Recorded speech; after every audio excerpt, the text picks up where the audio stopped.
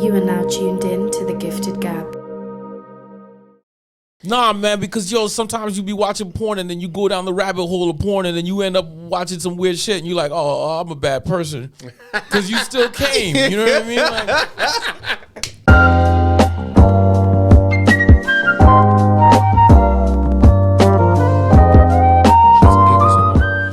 But I got two wonderful guests with me today. B-Eazy. Yep. Sterling. Hey, how's it going? Welcome. I feel welcome, man. I love your studio. I love the space, man. This is dope, yo. Thank you for having us, man. I appreciate you guys. I appreciate the hell out you listening to my dumb ass. Let's do this.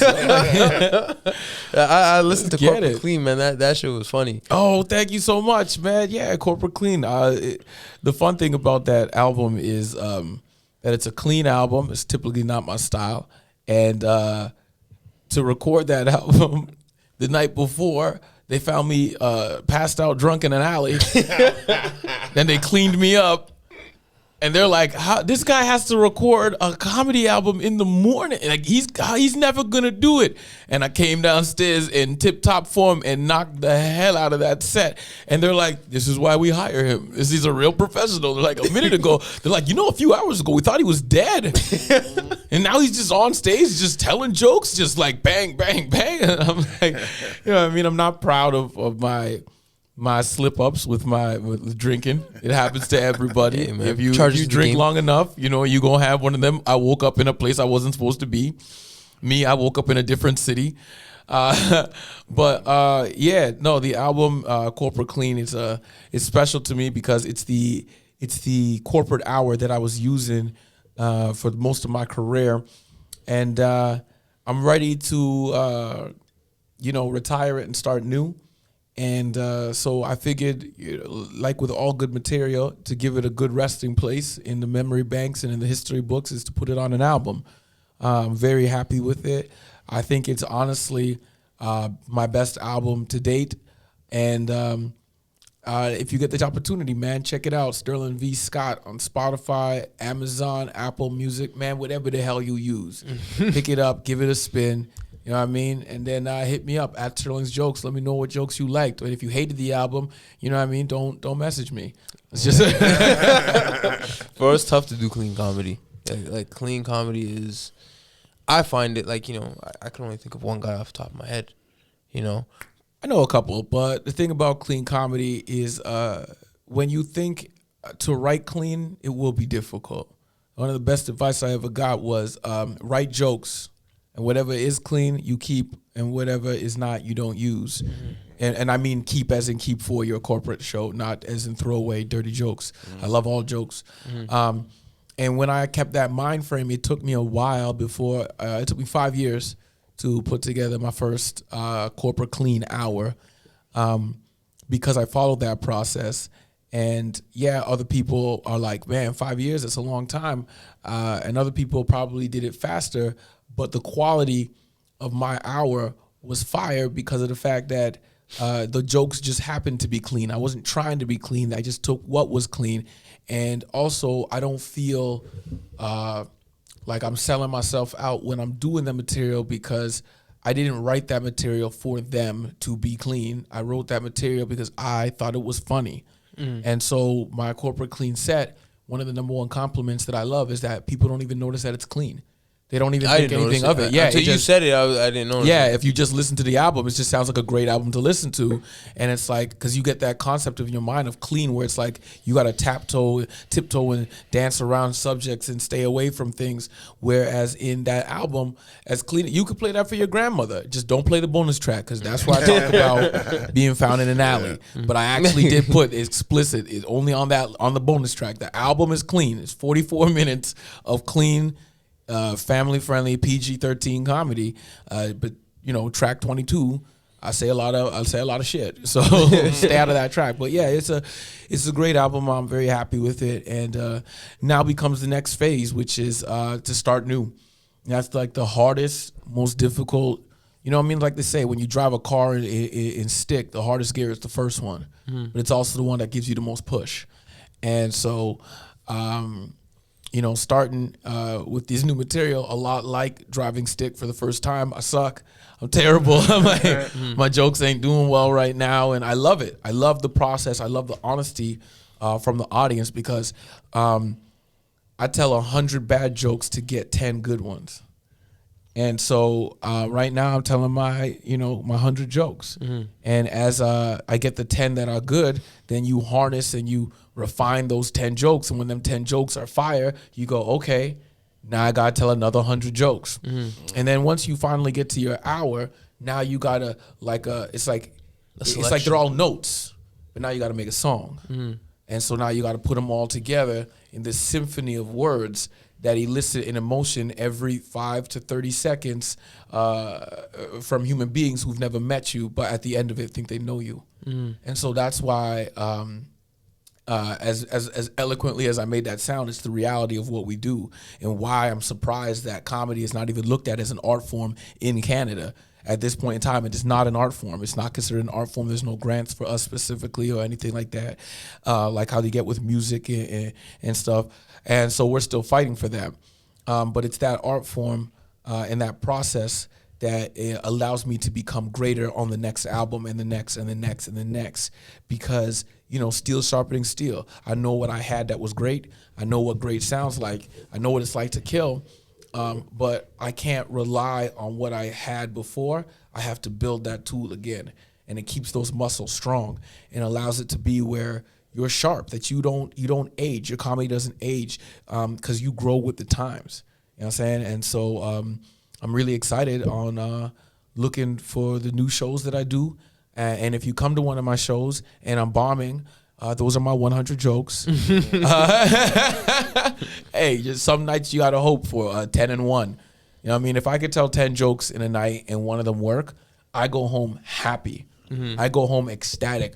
We was messed up on weed the other day, and I was just talking trash, which I do all the time. And I ended up writing a joke from a sentence that I did, and then I tried it on stage the day, and it worked. And it was just something simple as I have twin girls, and they don't look the same. They're not identical. One of them is light-skinned, and the other one has bad credit. Now, if you're thinking that the one that has bad credit is dark-skinned, you're racist. But you're also right. And you know what I mean? Like, that was a joke. You know what I mean? That's one new joke. You know what I'm saying? And I was so excited about it that I killed the whole conversation just to be in awe of my fucking self. Because I'm sitting there, he's like trying to talk about something else. I'm like, yo, I just wrote a joke, dog. And I'm like, I know the joke is good, man. And he's like, well, you got to test it. I said, no, man. Sometimes when you got a piece of gold, you don't need it to be verified that it's gold. And that was, as you can see right there, I didn't even try to put no stank on it, no nothing. Didn't give no context. It was just a funny boom, bada boom, bada boom, no fat on it. And I know you check me in 2 years and you'll hear that joke on stage crushing. And there'll be a lot more to it. And that's what I mean by the process. It's like that mining, that digging in the dirt. Like, all right, we filled up this barrel of gold, and it's like, all right, now it's time to refill it again.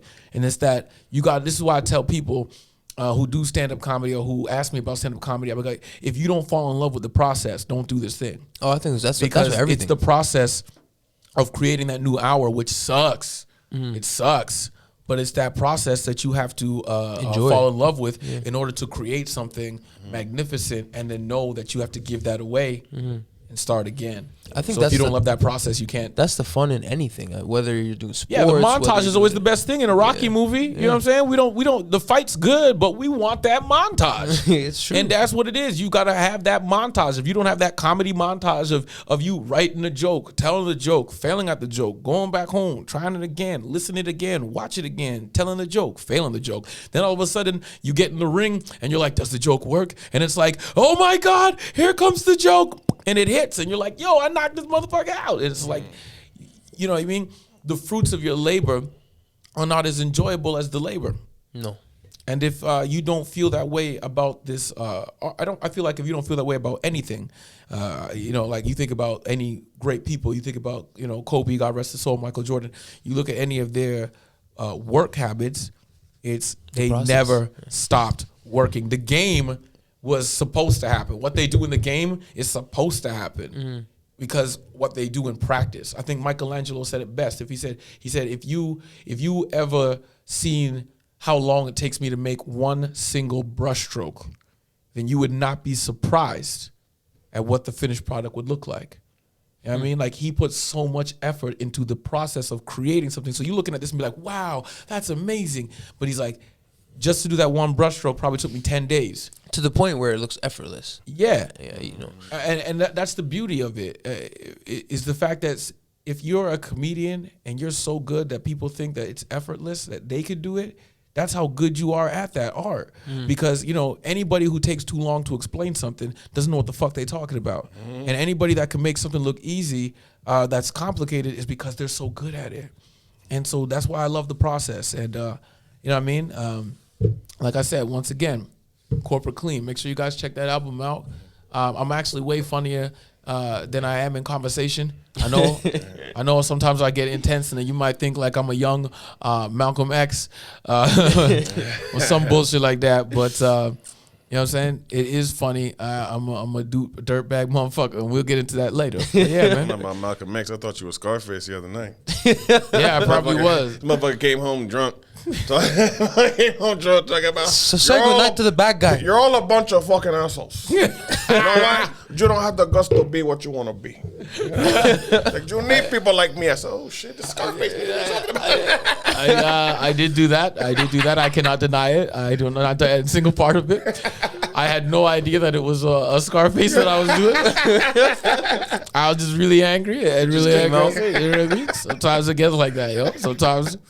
You know what I mean? That's why I do mushrooms so much, to kill the ego, because my ego is big, yo. And I acknowledge that my ego is big, and it's your ego protects you. You're supposed to have an ego, but at the same time, too much of anything is it can kill you. That's usually how it and goes. Too big of an ego is never a good thing. And with mushrooms, I that's right, people. I do psilocybin mushrooms. It's fucking great. But yeah, with the mushrooms, what happens is when you're on a hard mushroom trip, it removes your ego and allows you to see yourself for the first time without the protection of your ego. And so instead of just seeing you don't see yourself anymore. You see yourself in a part of the world. So it's like looking into a room full of people, right? Instead of just looking internally at yourself. So when your ego is up, all you focus on is you, right? Your perception of yourself. Yeah, and, stuff like that. and how you feel about all of the circumstances around you. The world revolves around you when your ego's intact. But when your ego is removed, you're now looking at the world through the lens of somebody watching a whole room of people. And all of a sudden you realize that it's bigger than you. And that humbles you. And every time I come back from a huge mushroom trip, a little less ego comes back, because you learn empathy and you learn to stop just thinking about how somebody makes you feel. You start looking at, why do you make them feel the way that they feel? And then you start to realize that sometimes the pain that somebody inflicts on you today is an example of the pain that they feel every single day. And then you start to realize, oh my God, that they inflicted this pain on me. And you know, people would be like, yo, fuck that person. Look what they did to me, and da-da-da-da. I'll never forgive them. Hurt people. Right. And it's like, then you start to realize that they're not doing these things to necessarily take you down. It's because they're taken down already in their lives. And then you start to realize and feel sorry for them. And then it's like, oh, okay. It lets you then have forgiveness. And again, those are the things that we as a society should embody more of, empathy and forgiveness, because it's those things that allow us to be human, which is people that make mistakes. I don't know how we all of a sudden start living on this platform in an idea that we are all perfect, and that when somebody slips up and makes a mistake that we tear their heads off. But again, I do drugs, and that's what makes me be the person I am. Hey man, I think the most interesting people do drugs. I think. I hope so. Yeah. Hey man, I hate to see a high born motherfucker. I mean, you guys are both from Toronto. Yes, I am. And you are too, no? I'm from Scarborough, to be exact. I said it like, yeah, that's a Scarborough nigga type of thing. That, It is a Scarborough. I don't know about this guy over here, but I ain't Belgian for this guy. I thought this guy was a cop the first time. yo, I ain't trust this guy for so long. and man. he didn't tell me this shit for like a year. I That's didn't trust crazy. him at all. I was like, this guy. You got cop vibes off this guy? Yeah, man. I was just like, This yo, guy he's gave you cop vibes? This Donnie Brasco in the corner over here, man. This guy just forget about it. man. I was like, yo, this guy's a cop, man. I don't trust him, yo. Why you ask so much questions? I'm the most weed smoking this motherfucker. That don't mean nothing to me, man. Weed was legal in that time. That don't mean nothing to me, dog. Yeah, sure, but I don't really do You know what I drugs. mean? I don't really do. I smoke weed. I do mushrooms, like microdose and shit like that. So, yeah, I guess, you know what I'm saying? I wasn't over here doing No, that. How'd you guys meet? Comedy? This is why I thought he was a cop, okay? All right. Because he just came up to me and was like, hey, man, you know what I'm saying? I want to learn comedy from you. And I was like, you know, if you were to do like an assessment on me, they would be like, Sterling is definitely somebody that likes to help black people. And comedy is his passion. It's all he fucking does every single day. So if we want to get close to him, we gotta get into him being a comedy disciple. Because this dude is 6'4", 265 pounds to talk about I want to do comedy. Motherfucker, don't tell no joke. Go fight some bear in an alley. Your big fucking ass, you come here about I want to be a comedian. I'm like, why? So you can stop scaring the shit out of people? Jesus You know the shit Christ. I said to him, I was like, nigga, I've known you for this long. You don't really break the, like, what are you got pounds on the lower? What are you doing that you get that? I don't know. I don't trust none of these motherfuckers, man. My condo board still keep trying to get into my house all the time. I don't know why. They be like, yo, can we come inside? I go, what the fuck you want in my house? That's what I swear to God. They be like knocking the door and stuff like, we got to come inside. I said, no, you do not. They're like, oh, one time they were like, oh, this is why I was like, this is why I think these motherfuckers is cops. Okay, listen, Telus was like, yo, we're gonna start running Telus fiber optic through the whole building. And I go, I don't give a fuck, I got Shaw. And he goes, yeah, but we need to come into your unit so that we could run this Telus cable through the, I go, why? I don't have Telus. I have Shaw. And he's like, yeah, but we need to come into your unit to run this Telus. I don't have Telus. You know what I'm saying? Like, doesn't that sound weird to you? What you want in my house so much for? I told him go away. And he's like, I'm gonna call the condo board. I said, tell him come here, I'll cuss him out too. I ain't open this fucking door. And then you know what? They never got in my unit. And all of a sudden, Telus Optics still works fine in the building. Like, y'all some police and motherfuckers. Yo, this nigga paid me to stand in his crib with a security shirt on. Okay, I kind of added that myself, but That's pretty funny. You should just left it was it. hilarious. You should just left it. Yo, You should just left it. That was funny. I wasn't gonna stop you. That was a good joke. Yo, they came to They came to check for bed bugs. Yeah, 'cause I ain't got no neighbors- fucking bed bugs, by the way. But they were like, there's an infestation on the floor, and we have to make sure that there's none. And I'm like, fuck, bed bugs is enough that I gotta let these motherfuckers in. And I was like, and then on top of that, they asked for the exact day that I'm leaving town. They're like, yo, we need to come in on Friday. I go, how the fuck you guys know I'm out of town on Friday?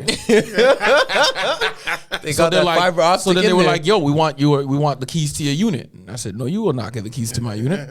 And I called B and I was like, look, I'll give you some money. Come here, and I want you to follow these motherfuckers around my apartment. shit. Yo, And then he failed because he's like, the guy seemed cool, so I just let him be. Motherfucker, that's exactly what they do. I said I stopped recording him because he wasn't from the condo board. Nobody from the condo board came. It was just the dude from. Well, the that's company. because that's the FBI.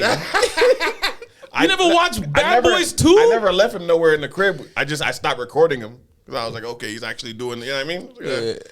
If it was the people, the condo board that would have came, because I don't like these motherfuckers either. So if it was the condo board that came, I would have kept filming them, and I was gonna talk some shit. I was gonna talk big shit. You know what I'm saying? But you say you came in with a security guard shirt. Yeah, I gotta do security. You know what I'm saying? So I already had the shirt in the car. I was like, yo, let me put. I was gonna come in there and just, if they was gonna try and separate, it's gonna be like, Mr. Scott has requested that you guys stay together. You know what I'm saying? Or you could have a nice day. Like I was gonna get in their ass. And now here's where the conspiracy theory comes in. Because I think he's a cop, and the cops got in my building. So why you paid me? So why Now, you paid me to go this watch the Donnie crib? Brasco motherfucker got me. Got me, man. They got me. They bugging me, dog. I don't know why they want to mess with me so much, man. Because you from Scarborough. Yeah, see? Maybe, but it's been a long time since I've been back there, man. I don't even smell like Scarborough no more. No, I smelled the Scarborough. When you walked in all with day. the side bag, I'm like, yeah, this guy's a Toronto nigga for sure. Should have right with a side bag that belongs to my ex-baby mama. That's what that's what you know is Scarborough. Yo, man, more times, man, I just a breed that thing, yo. I'm a breeder, yo. Yo, you know how many times I met a guy would tell you shit like that? Like, yo, me and my girl about to break up, so I better breed her up quick. What? What? It's like, yeah, man. Yo, if I can't have her, nobody can. Man, I gotta ruin that tummy. Like that's a real Scarborough move, dog. Yo, man's the one get girls pregnant. That started in Scarborough? Oh, I don't know where it That's started, still but I active. know it's happening right now. Yeah. It is happening. Oh, It is happening right now. There are still a lot of, you know what I mean? A lot of 40-year-old grandmothers in Scarborough right now. I ain't even joking, dog. Shout out It's some wild Scarborough. I stuff, love you, man. Scarborough. Scarborough, I love Scarborough you. on my heart all day. I was born in Scarborough General Hospital, man. Ran up in them streets till I was 23, and then came out to Edmonton to fuck my life up. Become a stand-up comedian. So we got Scarborough and we got Rexdale in the building. Rexdale, yeah. You know, what do you guys think is the biggest differences between Toronto and Edmonton? I love Edmonton. I came out here. I'm like, yo. Edmonton's a laid-back city, in my opinion. I find that Toronto, everybody has a job and a side hustle, and everybody knows our man that has our ting. You know what I mean? Whatever that ting may be, you could be like, "Yo, dog, I need a PS4, right, with gold trim." And he's like, "Yo, I know a China man." You know what I mean? Yo, I need a tool. All right, yo, let me talk to this guy. Like, no matter what you say on the street, somebody's gonna be able to get it for you. Everybody's got another hustle because there's not enough money to eat off of from your day job. You know what I'm saying? Like to just meet somebody with a job, just one job. You just work 40 hours a week. They're like, I'm gonna have to rob you. Yeah. I'm gonna have to rob you. And that's just pretty much what gave the hustler mentality to a lot of people. When you talk to most of the movers and shakers in Edmonton, most of them are not from Edmonton. That's facts. You know what I'm saying? Facts. And so you look at the promoters, you look at the thing, you got a few who are from the city who were like popular in high school and shit, and so they kept their followings and grew it from there. But the majority of the movers and shakers is gonna be from another place. And Toronto people come here aggressive as hell because when I came out here many years ago, they used to call the land of milk and honey. Because you could walk into, I did this, this is not exaggeration, 13 years ago. I was here in Edmonton, and it's because 16 years ago, I was in Edmonton. I walked into the local 488 Union Hall, and I said, I want to be a pipe fitter. And he was like, okay. And then they sent me to work. That's crazy. And I was making $17 an hour. When I was in Toronto, the highest paying job I knew was my friend who worked in the bank, and they were making $13.50. And we were going crazy, like, yo, this guy got $13.50, yo, he getting dental, because I was getting $7 at that time. You know what I'm saying? So I was making $7 an hour in a warehouse, just sweating, offloading trucks and all kinds of stupidness. You know what I'm saying? You get your check, and then they take the money out from your check, and you like, how am I gonna live? You know what I'm saying? You couldn't make, I think the most you could possibly make was like $2,000 a month. You know what I'm saying? And with that money, you obviously can't eat and live. You got to have a roommate. So everybody got roommates. So everybody living with their mom. Enough people in Scarborough living with their mom until they're in their 30s and shit. And so when I came out to Edmonton, people were living on their own at 17 because rent was cheap back then. I was living in 678 Abbotsfield Road. It was $375 a month for a 3-bedroom.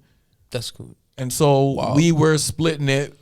You know what I mean? It's $100 a month. You know what I'm saying? And you're making $2,500 a week.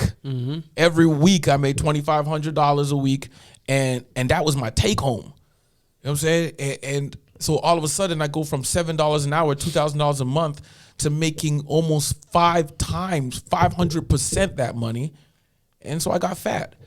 Cause you know, man, I started eating. It was so good. Oh, I used to go to McDonald's and be like, "Give me everything on the left," and then I would eat at Subway. Oh my God! And then I would drink. I used to go to Joey's downtown, and I would drink 6 pints of beer. And they used to bring out my meals on 3 plates. I used to get the half chicken with the mashed potatoes, a side of wings, and spaghetti. And I would eat that, drink 6 pints of beer, and then go out to the club and start drinking. And you know what I mean? That was my life. You done with this, right? Yeah. Because Tim Hortons doesn't pay us, so I can't keep this. They're an American company now, anyways. I like that. That's how it got down, and then then fell into comedy. But that's why I think the big difference is between us and them is we move faster, we move quick, we're very aggressive. Edmonton people, look how they drive. Edmonton people, you suck at driving. Can you guys fill the lanes? You suck at driving. Yo, Edmonton I like people driving here. refuse It's peaceful. It's just stupid. They refuse to fill the lanes. You ever see where the 2 lanes will be completely empty and the lane in the middle is completely full, and you're like, oh, there must be an accident. There must be some construction. And no, they just don't want to change lanes. So they'll sit in like sheep all in the same line. I swear to God, when you drive down the road in Edmonton and ask any Edmonton driver, why don't you fill the lanes? I don't want to change lanes. Yeah. That's what they'll tell you. I don't make this up. Be in the middle lane. You know what? They're not in a rush. Yeah, that's what I mean. Laid back. They not in a Because rush they to go have nowhere. one job. They just work 40 hours a week. And they're like, 40 hours a week. I'm like, motherfucker, we couldn't eat if you didn't do 100 hours a week. You know what I'm saying? Facts. One of the biggest accomplishments I have in my career is that I have a hobby. Because black people couldn't have hobbies from Toronto. If it don't make money, what the fuck are you doing? That's facts. Put it down. There's no time for hobbies. You think I could go tell my dad, hey, man, I really was losing some sleep because I ain't get enough time to do my hobby. You're like, hobby? I'll kill you. What do you mean a hobby? Your hobby better be getting money, motherfucker. I have a kid. We ain't eating today. What is wrong with you? Go eat up another pack of noodles. Because I used to live off that Mr. Noodle soup because it was poor. You had to do what you had to do to survive. That's facts. Then you put us in a fertile soil and you still have the hustler mentality, but you're in a fertile soil. So when I came here, you know what I'm saying, I was stocking shelves at Superstore for $12. Then I saved up the money and I started taking cab to Connect Logistics because now shipping out liquor to the liquor stores all across the country. Then I got enough money and I bought a Cadillac because I'm still black. And I drove out to the oil fields and I was working in the oil fields. And you know what I mean? And my dad was like, man, in 6 months, you have it where you could get your own place, you could do your own, you know what I'm saying? Whereas 23 years in Toronto and I could barely, you know what I'm saying? I had a pair of jeans on that was stolen, a pair of Echo jeans that was stolen, that was being held up with a safety pin because when they stole it, they tried to take the tag off and they ripped off the zipper, so I got it for a better price. All right? If you never bought something from your front door by a guy who's sweating, you ain't from my hood, dog. So, like, that's the life that I came from, where poverty was just, accepted. They accepted poverty. It's like a status quo almost. Yeah, and now the thing that's sad is that they're still broke out there, but then they go to parties to pretend like they're not. You know what I mean? Like, I'm looking on Instagram, and I'm like, man, I'm broke. But I'm sitting in a house that I own with a car that I own, you know what I'm saying, smoking weed, chilling like, man, I ain't got no money tonight.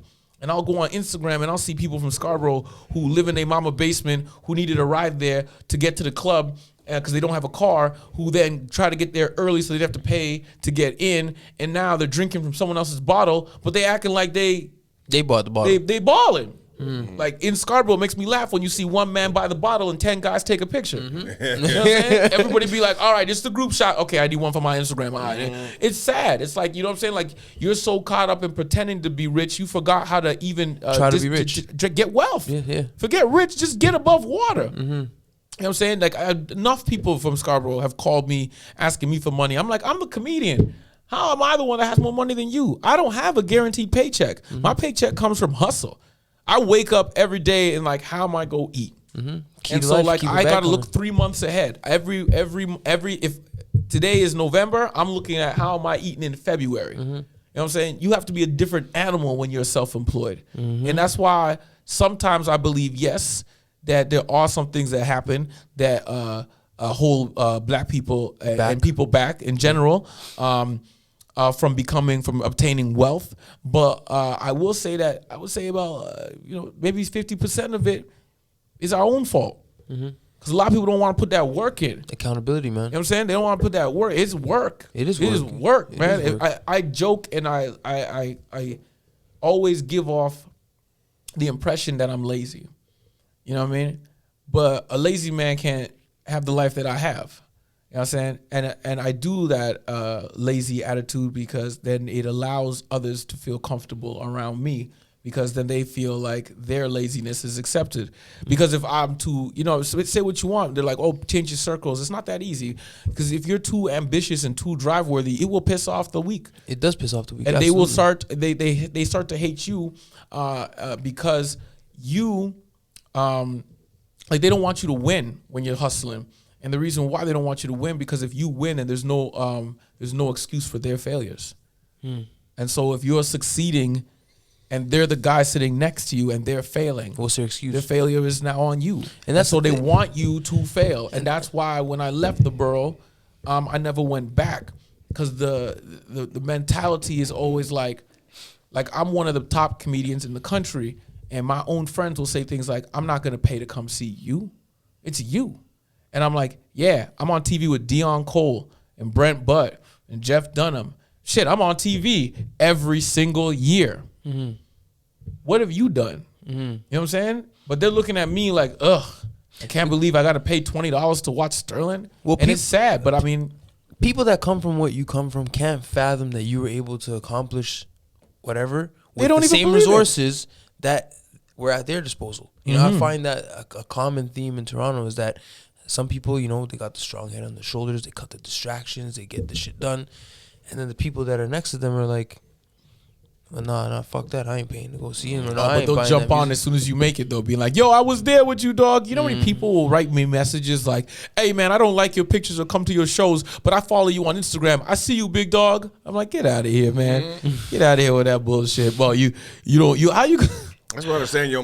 The cheapest support that you can do for somebody is hit like. It's the easiest shit to do. You're on your fucking phone all day anyway.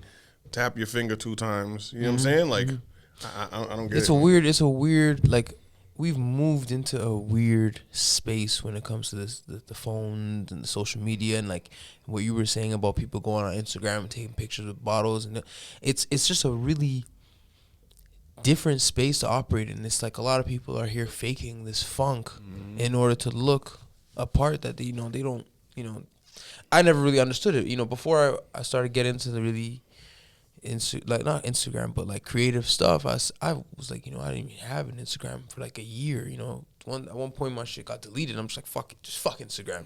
What's the point? I hate it personally. But then when I'm like, okay, I made a decision. Let's do some shit with this social media shit. Let's make some shit happen. And that conscious decision helped me position myself and use it as a tool. And then I come on and I can see exactly how it could be addicting, how trying to impress people that you don't know can be addicting. I can see it. But there has to be that accountability. There has to be that knowing, like, okay, I'm here with a purpose. You know what I'm saying? So when you guys are doing your thing, the comedy thing, you have a why behind that. You have a purpose behind that. It's not just to look cool on Instagram. It's like, yo, we're putting in work behind the scenes so that when you guys see what we're doing, it looks like we've been doing it our whole lives. Yeah, it's a promotional tool. It's a way to have the audience connect with you. The thing that I think with the social media, the problem is that the technology is advancing faster than the humans are evolving, because we are going from, you go back 20 years, there was no such thing as Facebook, right? So you got to understand that, to go into 20 years, of course, human beings ain't really evolving that fast. It takes hundreds and thousands of years. And we went from, I only know who's on my block, and I beef with this guy across the street who I see, who I know, to all of a sudden the whole world knows you and you don't know the world. And all of a sudden they're following you in your life, and your privacy is being intruded. Pop Smoke got killed because he was trying to show people a pair of shoes he got, and somebody saw the address and killed him that day. In LA, not even in New York. Yeah, now think about how crazy that is, that you would never have we didn't even evolve to even think that way of, oh my God, don't, post that picture because we might get murdered. You know what I'm saying? Extension, you got killed because he was talking about buying a car and they knew he had 50,000 cash on him when he went to the dealership, and that's where they killed him, right? You wouldn't think that when you're like, hey, hey guys, look at me and my accomplishments. You're like, think you're talking to your fans, and all of a sudden, you know what I mean? Them people run up on you, and now you gone. Especially, that's what I mean when I say like we're evolving. We're not evolving at the pace that the technology is, and so we are not adapting the way that we should be. We're growing a narcissistic society that constantly feels anxious and agitated. It's the more convenience that we add doesn't give us a shorter day. It gives more time for more bullshit. When you used to leave your house, right, with no cell phone, when you left your house, you were gone. And no messages and no calls happened until you came home. Now you leave with your cell phone, and it's like, well, it's convenient because now I can make calls whenever I can, whenever I want. Now your phone rings nonstop all day, and if you don't answer it, people get mad at you because they expect you to answer it because they know you have it. The entitlement. Right. But it's like that the phone that you thought freed you from your house connected you forever to the fucking phone. You know what I'm saying? So we are chained to that now. If my phone rang, right, and I didn't answer it, the person would be like, Sterling's a fucking asshole. Yeah. But if I had a house phone and it rang, they go, well, Sterling's just never home. You know what I'm saying? I don't have a house phone. I don't have a house phone either. The idea of the house phone is for old women in their 50s. If you meet a girl in the club and she's like, here's my house number, that bitch named Gertrude, you need to get the hell out of there, bruv. You get the hell out of there. Where the hell are you going tonight? That's I mean, crazy. well, you mean you can stay with it. You don't got to pull out when they're that old. So you know what I mean? Go ahead, get your game on, get your ginch on, get your ginch on. I find it interesting. I feel like we're close enough in age that we're from a similar generation, far enough that we can see the way technology is kind of shaped.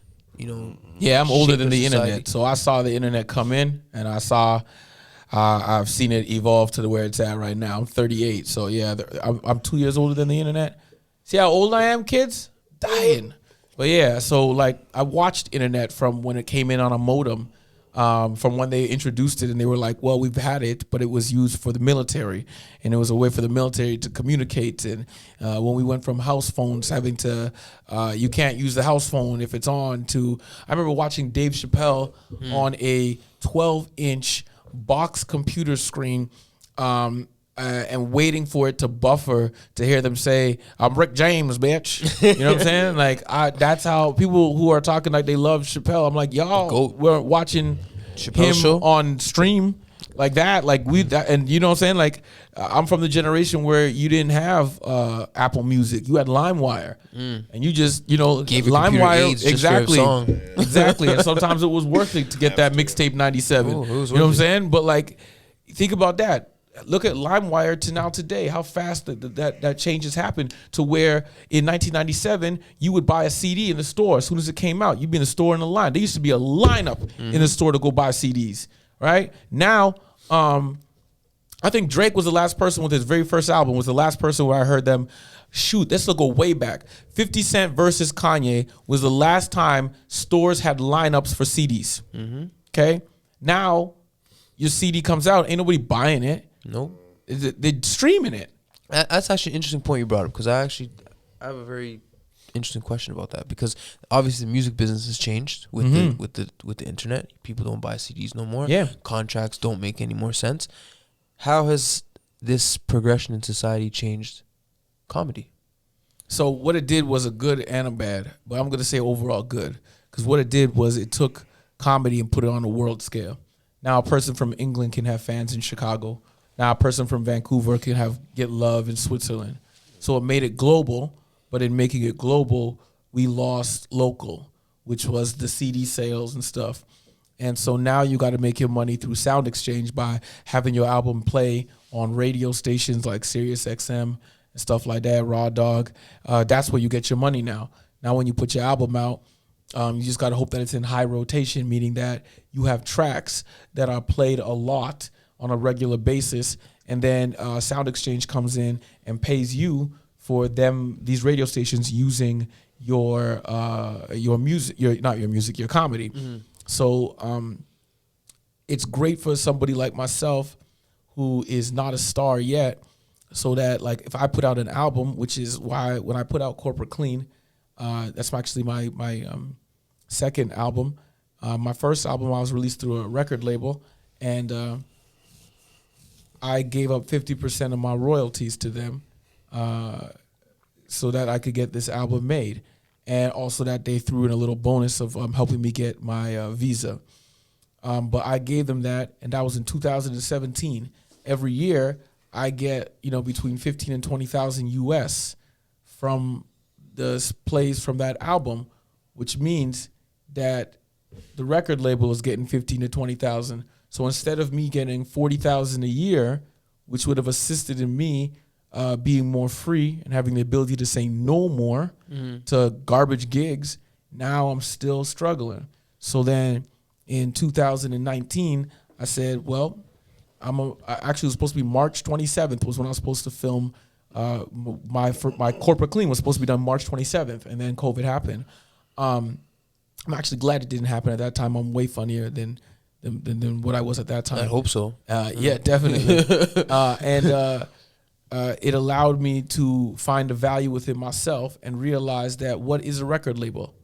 A record label is a people that will take their album, produce it, and then put it out there. And I was like, well, with technology, getting back to the idea of technology, it's no longer a mystery. You get on CD Baby, DistroKid, whatever. It's decentralized. It's super decentralized. And now it's all out there. So then why do you need record label? It's redundant. Yeah, exactly. It's no longer the I got a record deal. It's like, ooh, you got a record deal? Sorry for you, because like when you find the value in yourself, what you realize is what Prince was saying when he's like, don't give up your masters, or Master P was saying, don't give up your masters, because what those artists were doing was when they got a record deal, they would give them $1 million and then take like 99% of their royalties. And it's like, you did this song and the record label owns it. And so the only way you make money is on tour. And so no matter how many times that's playing, you ain't getting nothing. Yeah. But the record label is sitting back seeing this money that I'm getting now. I would rather, and so like the record labels will be like, well, we give bigger distribution and it's going to get played more places and so you'll make more money. I said, well, listen, I'll keep my masters because I would rather get 100% of $10 rather than give you, 50% of 20. That's what this guy was talking about. Cut out the middleman, right? Yeah, exactly. He was absolutely right in that. And so that's what I did. So my album is 100% mine. And so now instead of getting $15,000, $20,000 off this album just from its spins alone, please play the album a lot. I'm gonna now be started taking in $40,000 a year. Now I got that $40,000 plus I'm gonna get the other money from the other album. Now all of a sudden, without any shows, $65,000 US a year. That sounds like a pretty decent job all of a sudden, right? Sounds like a good 40 hours a week. That's only 2 albums, right? Now, as you build your catalog, now I've been doing comedy 13 years and I only have 2 albums, but in every 2 to 3 years now, you'll see an album come out for me because that builds my catalog. So why I built that catalog through my own record label is because I keep 100% of that. So even if it's only making $30,000 a year, but when I have 10, I'm making $300,000 a year. You know what I'm saying? As long as, of course, the material is relevant and getting its spins. You know what I'm saying? And now you have the freedom to do so much more. You're making passive income off of your art form. And I think that was what was the game changer with technology, because it allowed me to no longer need that gatekeeper, and I never had to sell my soul anymore. Absolutely. And I think that is the biggest thing with technology. And then second being that it makes you global, because you can have fans in England and I was listening to Bill Burr's podcast. He has fans in Egypt that just know him strictly from the podcast.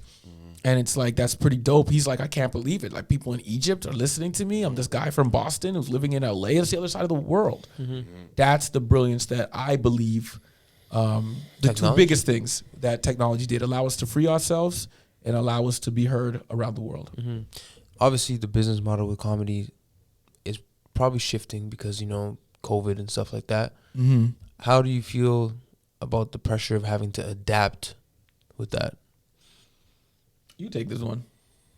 Man, I don't know, man. The pressures. I guess it's a little different for me, right? Like, I still have a job. You know what I'm saying? So, at the end of the day, when it comes to the comedy game,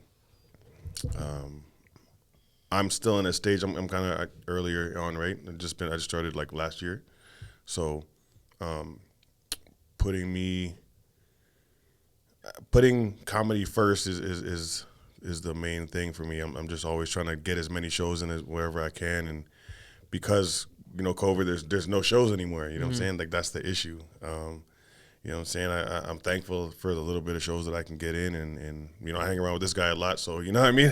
If I can get in on, if he can get me on a show, like he gets me on it, you know what I'm saying? So that's either that or prison.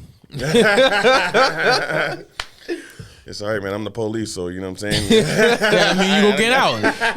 I'm gonna be in, and they'll be like, we got the video, and I'll be like, God damn you, Donnie Brasco! Waiting for me to slip and catch a felony. I know you are, motherfucker. I'm my best behavior. Yo, tell Reagan I'm behaving myself. You know what I mean? I don't trust it. I know he's frozen somewhere. He ain't dead. Yeah, you know, shooting guns in people's. Yeah, but it's not enough to. It's not enough. You guys want more. You guys want more. You're like, yo, I got him shooting a gun in a farmer's field. They're like, that's not enough, man. He'll be out in a week. We need to bury this man.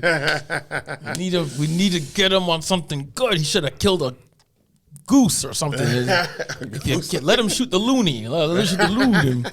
What's the long game? You know, is it like I see a lot of comedians end up going into film. I see a lot of comedians like the podcast. You know, I feel like comedy is such a fluid thing because you know you could put comedy in anything. You know, there's always moments that need some, you know, that sense of humor, that wit. You know, is there more for you guys? I feel like for me, essentially, I would like to get to a place where I can do comedy. Just strictly comedy and nothing else, right? I mean, you know, if they want to give me a big check for doing a movie or something like that, that's cool. But I want to be in a place where I have the option to say no to that, where it's like my comedy's doing enough for me. You know, maybe I want to take that on, maybe I don't. It is what it is. But once I get there, you know, this guy's over here like, oh, $65,000. I'm like, nigga, if I can make $65,000 off of comedy right now, I'd be fucking ecstatic. Well, I mean, it's a feasible goal. That just is a goal that takes time. Mine is a goal that is not always feasible. It's to become one of the greatest of all time. And comedy is the only art form where when you become good at it, they expect you to do something else.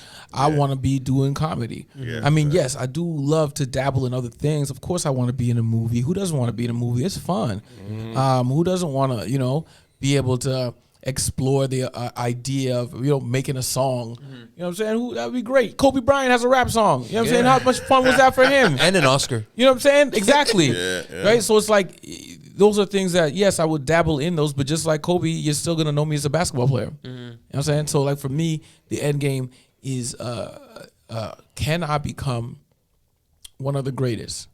And now obviously that's up for a debate to what you mean by the greatest, but I'm saying if you were to say great names of comedians, you know, that mine would ring amongst those.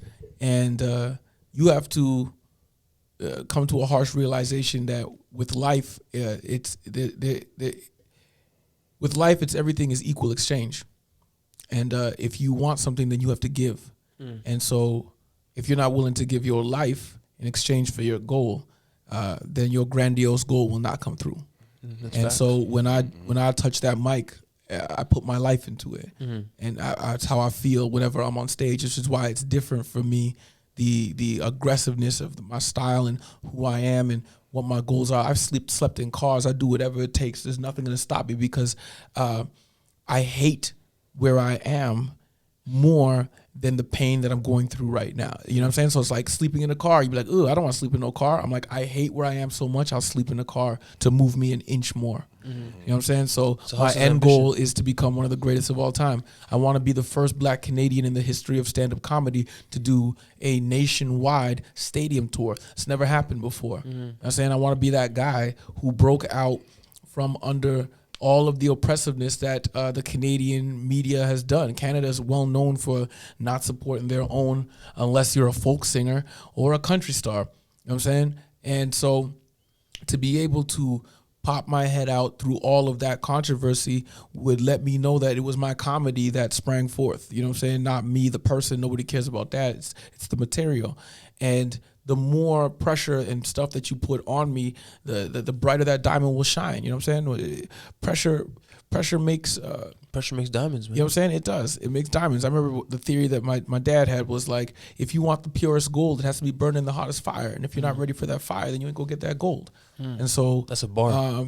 I'm going to allow myself to burn so that I can shine. And that's what I mean when I'm like, you have to give up. You know what I'm saying? I live, eat, sleep comedy.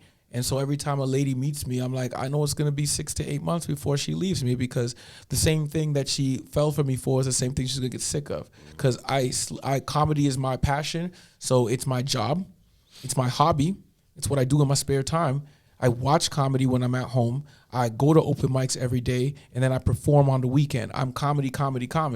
right? Outside of my only thing that can come before comedy is my children. And the only reason why I push so hard with my comedy is my children. So they work symbiotically. But relationships, I have to take that as a fail, and I know they'll fail because a lot of times in our new society, like I said, we've bred a narcissistic society. Not necessarily that's in a negative way to what I'm about to say, but like you have to have somebody that submits to you. You have to have somebody who is like, I am no longer number one. I'm going to follow your career and I'm going to give my all to you. And a lot of people want that individuality. And that individuality has been bred through the social media where as much as we try to say that we're all different, we're pretty much all the same in that we want our individuality. We all want to be the star now. And so instead of somebody submitting to you and being like, yo, I'm going to do what I got to do and ride with you to make you a star, now they're like, well, I mean, I only got a few less followers than you. So, you know what I mean? I got to do me. Let me get my camera out. My OnlyFans account is popping too. You know what I'm saying? And so, like, you start losing that the relationship aspect of life, and you have to understand that you can't invest a lot of time into a relationship and expect to have invested the right amount of time into your art, because relationships require a lot of time, work, and effort. That's facts. But your career requires more. One of the most infamous quotes from The Devil Wears Prada was the girl that she was assisting walks in and she's like, my husband doesn't like me anymore, and my friends don't talk to me, all because I'm here working for you. And the lady looked at her and says, if your life isn't in shambles, then you'll never be successful. And she's like, yeah, that's your relationships fall apart. You have to make a choice between success and your relationships. What's more important? And the commitment that I have made is that I am giving my life to the career. And there's going to be a lot of bad consequences that come with that. When you look at any great star, you'll see the relationships in their lives are estranged. But I will give that because from that will come the fruit of being able to provide a lifestyle to bring to end the generational gap of wealth and allow my family and my future kids and whatever grandkids and the future generations to be able to have wealth, to be able to have time, to be able to say, look at what our family can do. And for once, I would love it if we as a black community did stuff that we wanted to do and that we were passionate about and not what we had to do because we had to provide for ourselves. And that's a very valid point right there. I think we've been so caught up from this oppression of being stuck doing what we have to do, provide and keep the roof over our head. And only recently we figured out that, okay, we can follow our passions if we want to. It's a choice, and create the life that we, maybe not for us, but maybe for the people after us. Yeah, we got to sow the seeds now so that they can grow later, man. Absolutely. The best time to plant a tree was today. 10 years ago, and then the best time to do it now is today. We have to plant. We could say about all what we could have had, but we have to plant them seeds now for future generations. I may put down the seed, but my grandchildren will feel the shade. You know what I'm saying? Yo, that was a deep quote. I just made that shit up, man. You know what I'm saying? I tell you guys, man, when I'm famous, they could be listening back to all these podcasts like, God damn, Stillen was crazy. Too bad he died of cocaine. I don't even do cocaine, but who knows what's going to happen. Don't do cocaine, kids. I do not do cocaine, all right? I'm just making a joke. See how funny that was? That was a hee-hee ha-ha moment? All right, back to the show. Man, no, that's some real shit, though. I mean, I think, like you were saying, that everybody wants that sense of individuality, and everybody. It's cool that technology has everybody feeling empowered, but there's a difference between the individual, crafting their way, and the individual feeling entitled to this, entitling their way. I think, man, success takes sacrifices, man. When we 100%, talk about Kobe, man. You talk about Kobe. He hung all those banners. He said, a lot of relationships suffered for me to be able to, have all these rings, and that work ethic and everything he represented, it was beautiful because when he won, we were like, oh shoot, like we can win like this too. You know, we just have to make those appropriate sacrifices. And then when he left basketball, he went and he tried to make up for that lost time as much as he could. You know, Yeah, that's the thing. You got to try to make up for it, and it's rough, man. It's not going to be easy because if you look at anybody, it's no matter how successful they are, they end up. Lawrence Fishburne, great actors, love him. Daughter doing porn, using Lawrence Fishburne's daughter as her title, and it's like, why? He even said, he's like, why? You don't even need money. Like, you don't even need the money. She's like, You're fuck just you, Dad. doing this. You're just doing this to piss me off. Yeah, like, yeah. you know what I'm saying? Like, that's how estranged and messed up that. He's out there doing the Matrix. He's like, get out the Matrix. Get out. We're supposed to be looking at the Matrix. Get off of Pornhub. Stop looking at Madonna. God damn it, Keanu. You had one job. You know what I'm saying? Like, you know, like she took the blue pill. She's gone. You know what I'm saying? And it's like, those are the kind of things that happen. And you have to be mindful of these things and understand that that's what the sacrifice is. So, like, don't waste time. Don't play around. If you're going to sacrifice time with your family or your friends or your relationships or even your own kids, make sure that it's valid. If I'm not at home, please believe I'm on stage trying to create a future. That night matters. That night away from you is a night that's going to help me provide for you. So you can't be out there just messing around. And this is why I'm like, a lot of times people are surprised that I'm so serious when I talk like this because I act silly out in public. But I mean, the intelligent man plays the fool, but the fool can't play the intelligent man. Smart nigga can play stupid, but stupid as I nigga can't play the smart. fool, it allows them to feel at ease around me and my presence, and then they'll give me things because they think that I'm less than or that I'm whatever. But I'm just playing the game because I got to eat too. And so I'll allow that. I'll allow people to feel that way, that sense of superiority, because that's all they have. It's a sense. But I have the physical, which is the actual talent, the intelligence, and the goddamn job. So while you may be sitting there thinking, look what I did for him, I'm thinking, look what I'm going to be doing now. See what I'm saying? So it's my sacrifice away from my children better be worth it. And every year I say, if I'm not better, I have to be better this year than whatever I was doing last year. Whatever last year's accomplishments were, this year's accomplishments have to be bigger. And that's the only way I move. You know, you want to climb a mountain, you don't stare at the top, you look at your feet. That's facts. You just begin one step at a time. That's my steps that I'm taking. It's one day at a time. It's one brick at a time. You know, you can't. I think, you know, with this whole, it always comes back to social media because it's a very dominant thing in our lives right now. You know? One of the most dominant. Yeah. It's a tool that was meant that it's a tool that can be used beautifully, but is misused because of selfishness. You know what I'm saying, think about it. We have a tool where we could communicate around the world right now. Yeah, it's powerful. And instead it divides us. Right? We have a tool we could literally say, hey, everybody, shouldn't we not have a war? Or shouldn't we like love? And you know, Should we wear masks? and it's something as simple as that. There's a lot of people gonna be listening to this like, I don't know about that. You know what I mean? But it's just something as simple as that though. But then, like I said, I don't feel human beings can communicate on such a large level. It's tough. It's tough. Because I did that theory without the podcast, didn't I? Before the podcast started, I said that theory. The theory for the people who are like what I'm talking about with the population. I don't believe human beings can work together in these massive cities and also with the massive amount of social media because communication doesn't do well over large groups. I was saying the example was if I said in this room right now, we're going to get up and walk out the door. The three of us would have heard that, got up and walked out the door. But if there was 100 people in this room and I said, we're going to get up and walk out the door, there's going to be 20 people being like, where are we going? You know what I'm saying? And it's just like, we're in the same room. We all heard the same message. Why did it not translate?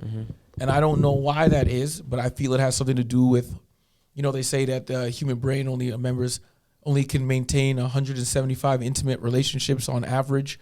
And anything after that, you forget the other ones. I believe it has something to do with the fact that that's the size of the groups that, you know, the villages and stuff that we lived in. It wasn't until the, growing of grain and where civilizations went from nomadic to being stationary, that the populations exceeded beyond that. And then once they exceeded beyond that, it was the constructs that were invented. That's why I call them myths. Those myths that allow people to keep these large civilizations in line. And it worked. It worked until we hit 7 billion. And now it's like, oh, it's not working no more. And maybe, playing into your fucking theory, maybe that's why they're trying to create a world order, because they see that the population is going to continue to exceed, and that the way that we're using the messages now are not working. And so maybe that's why they're going for that new world order. There you go. I gave you a little point to your crazy man rant. Yeah, I'm telling you, man. Listen, you already know, man, especially the vaccine stuff that's going on and all that stuff. Like, I think black people, we just used to not trusting the government over stuff like that. And yeah, but it's not for black people only though. So it's I Yeah, mean, but I I can hear only you guys speak from saying, my point of view, look, though. I'm not getting vaccinated. All right, but I do believe that people who want to be vaccinated should be allowed to. Absolutely. I do believe that they should create the vaccine, because the creation of the vaccine then allows the world to open back up. I think the only concern is, because I was listening to the vaccine stuff and I looked it up. They're saying if you get vaccinated, you still got to wear the mask and stuff because you can still transfer the disease. So, you know, when you think about it, then the vaccine isn't necessary for everybody. It's only necessary for those who might struggle with the immune deficient and people who are worried about it or worried about giving it to somebody else. Look, I've never been vaccinated for the flu. I've also never had the flu. To be honest, the flu never even sounded like a big problem to me. I didn't know that the flu kills so many people. Well, shit. I There's didn't so know. many other problems we got to worry about besides the flu, my nigga. Well, no, but I'm You know saying what though, like the flu was when COVID first came out, the big argument was the flu kills more people than COVID. Why are we going crazy with COVID? Now COVID surpassed the flu, right? So that's why I was bringing up the flu. But like the flu, I didn't know the flu killed people every year, and I had no clue about that.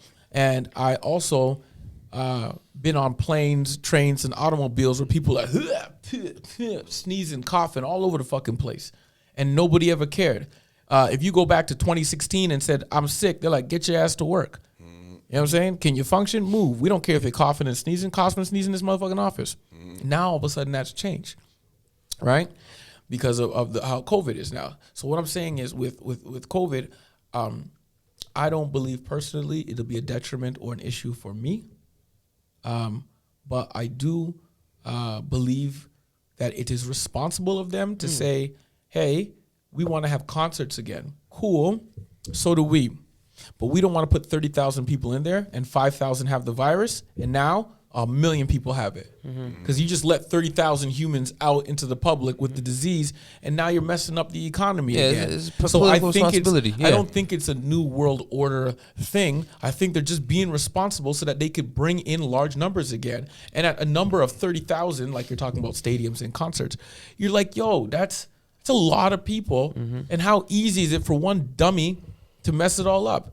And so for people who are like, oh my God, there's a new world order because they're forcing you to take the vaccine. They said, no, it's the vaccination or a negative result. That's fair to me. That's fair to me to say, because I would love if they brought the rapid testing out like how they do in America and made it where you want to come to this comedy show? Cool. Everybody's got to come an hour early.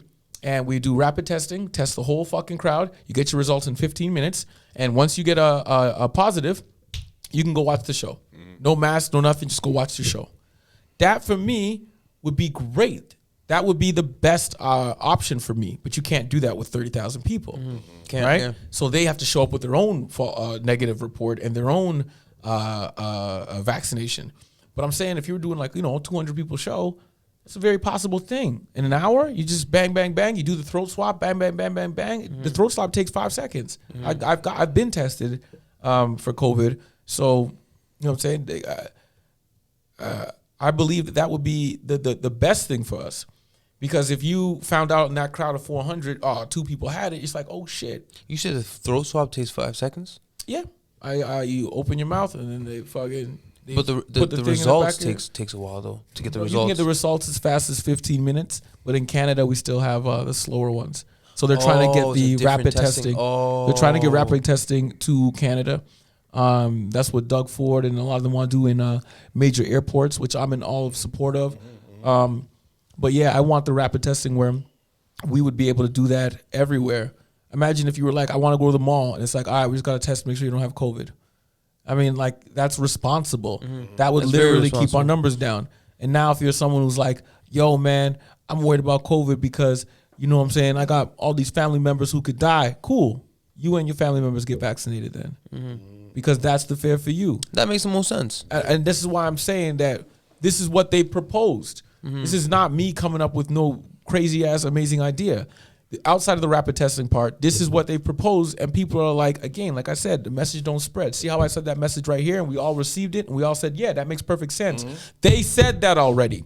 And what happened? What was the translation that people got? Oh, New man, World mandatory. Order. They're trying to make us take the vaccination. Yeah, but this is where it begins. And it's like, no. all that you said can be correct, and somebody can still be taking advantage of that situation. You know what I'm saying? We're already being taken advantage of daily, dog. Absolutely. We've been taken advantage of. You know how much Facebook probably knows about me? They probably know what I want to eat. They probably know how much money's in my bank account. They probably know what my favorite purchases are when I'm on Amazon. They probably know what type of porn I like at this point. They could be watching Well, they this do know what kind of podcast porn you live like right now. because when you go onto Pornhub, it says suggested for you. Yeah. Shit. So they know what you like. They know exactly what I like. Y'all niggas still using Pornhub? Y'all better step y'all game up. XNXX. Get on it. Shit. I'm trying to get away. I'm trying to get away from the pornography. To be honest, I feel like I want to start going back to the old days of the spank bank. You know what I mean? Nah, man, because sometimes you be watching porn and then you go down the rabbit hole of porn and then you end up watching some weird shit and you like, oh, I'm a bad person because you still came. You know what I mean? Like, I was going down the rabbit hole and it ended up with a guy peeing in a girl's mouth, and I'm like, oh, now I'm finished. You went way too far. The algorithm got you. I pissed on a couple bitches before. See what I mean? Damn. Hey, it is what it is. Now I go in and suggested by you is a bunch of people peeing on people, and I'm like, no, dog, I was just surfing. I wasn't, you know what I mean? It wasn't in the buffer now. I didn't know he was going to do that. It's how it ended. I went, what are you doing? Why are you? Oh no! You know what I mean? I thought it was gonna be a money shot, and I was like, that's not money. You know what I mean? Man, I appreciate you guys for coming on the show, man. You know, let them know where they can find your guys' material. Once again, man, please make sure you go check out. I have 2 albums out. One is called You Never Heard Either, because this is the first time you met me. The first one is called Stay Together, and the second one is called Corporate Clean. You can find that on any major streaming platform. Please give it a spin. Give me a follow at Sterling's Jokes on Instagram and Twitter. I don't really use Twitter, I'll be honest. I just have the account. And on Facebook, it's Sterling Scott, the comedian Sterling Scott, man. And of course, I do have my own podcast where I talk by myself a lot, and I'm a pretty crazy person. I don't know, man. If you want to listen to me talk, check out the podcast, The Comedy Reject. You can find it on Spotify or any other major platform. Right up. I'm on. My name is B-Eazy. I am at B-Eazy Buds on Instagram. That's BeazyBudz. I'm just realizing now that should probably be a little more easy to say, but it is what it is. You know what I'm saying? I might change it soon, but just, give me a follow now. Mm-hmm. You guys already know what it is. Big shout out to our guys over at Island Sauce. And if you go on the website, we got some Gifted Gab merch. If I know you guys been seeing me rocking it here and there. It's there. Cop you something. And just like that, we gone.